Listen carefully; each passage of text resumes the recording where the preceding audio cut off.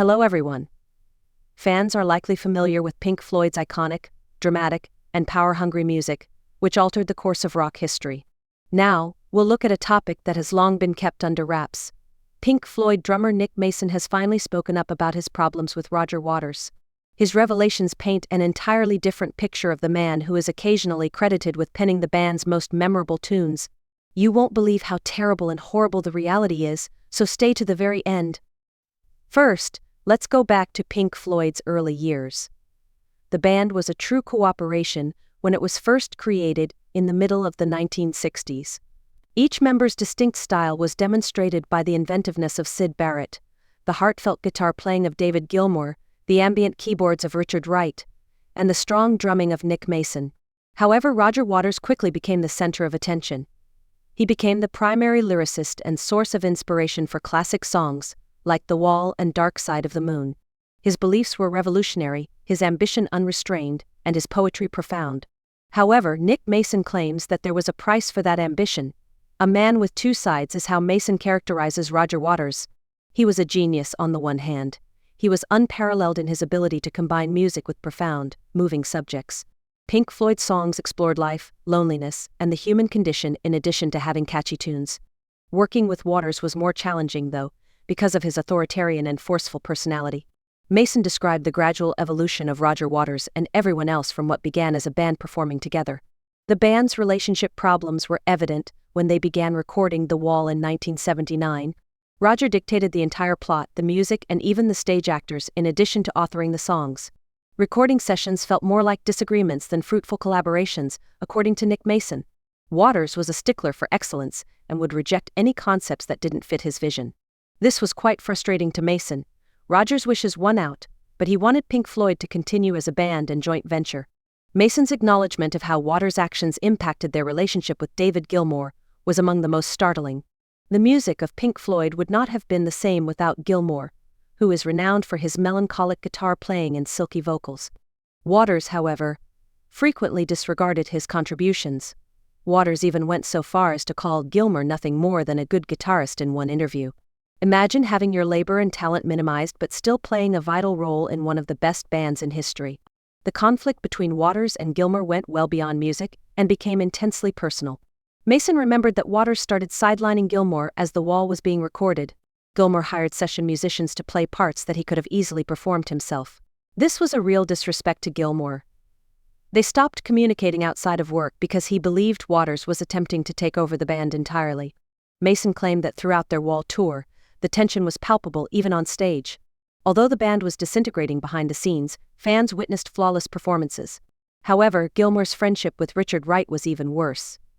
As a founding member, Wright's skill at the keyboard helped create some of Pink Floyd's most iconic sounds. However, Waters insisted that Wright leave the band during the Wall recordings. The official explanation: Wright wasn't coming up with enough creative ideas, according to Waters. Mason, however, asserted that this was not totally accurate. For years, Waters and Wright had been at odds, and Wright felt suffocated by Waters' power. Even though Wright was no longer regarded as a full member of Pink Floyd, Waters made the momentous decision to let him continue as a salaried musician for the tour. This was one of the most embarrassing occurrences for Wright, according to Mason. It was devastating to witness a founding member handled like a hired hand.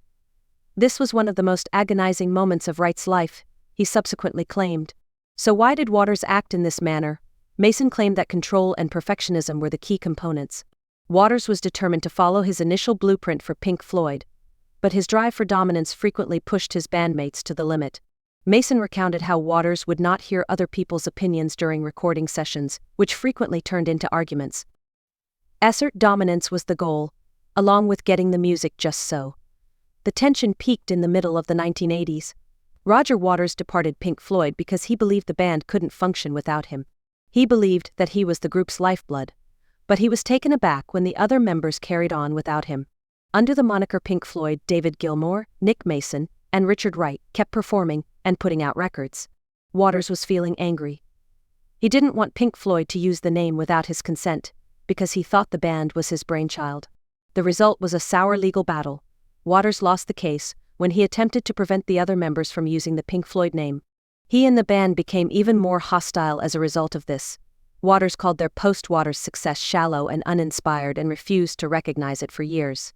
Fans get involved in this brawl, thus his resentment wasn't limited to his former bandmates. According to Nick Mason's latest remarks, the anguish from those years still lingers. He explained how resentment and isolation took the place of the companionship that formerly characterized Pink Floyd. Mason acknowledged Waters' skill and contributions to the band, but he expressed his wish that things had turned out differently. Instead of allowing control and ego to drive them apart, he wishes they might have stayed together as a group. Mason also considered how his issues at work were reflected in Waters' home life. Mason said that Waters' demand for control also played a role in those failed relationships. Waters has been married 4 times. The same intensity that made him challenging to be around also drove his music. What is the situation right now? There have been brief reunions over the years, but the tension remains. Even though they had performed together on stage a few times, Mason said that the scars haven't totally healed. It was a complicated relationship, he said, with roots in both admiration and dissatisfaction. Roger Waters left behind a perplexing legacy. Despite the terrible cost of his demands for control and perfectionism, he is a genius who wrote some of the most important songs in rock history.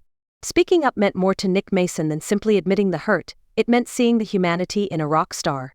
Pink Floyd is what it is because of Waters' creativity, but it also irreparably damaged the band. What do you think, then? Did Waters' obsession with perfection improve or detract from the band's potential for success? Please share your ideas in the comments section below. Thank you for watching, and keep in mind that every great band has a history filled with both success and heartache. Watch this space for more undiscovered music industry tales.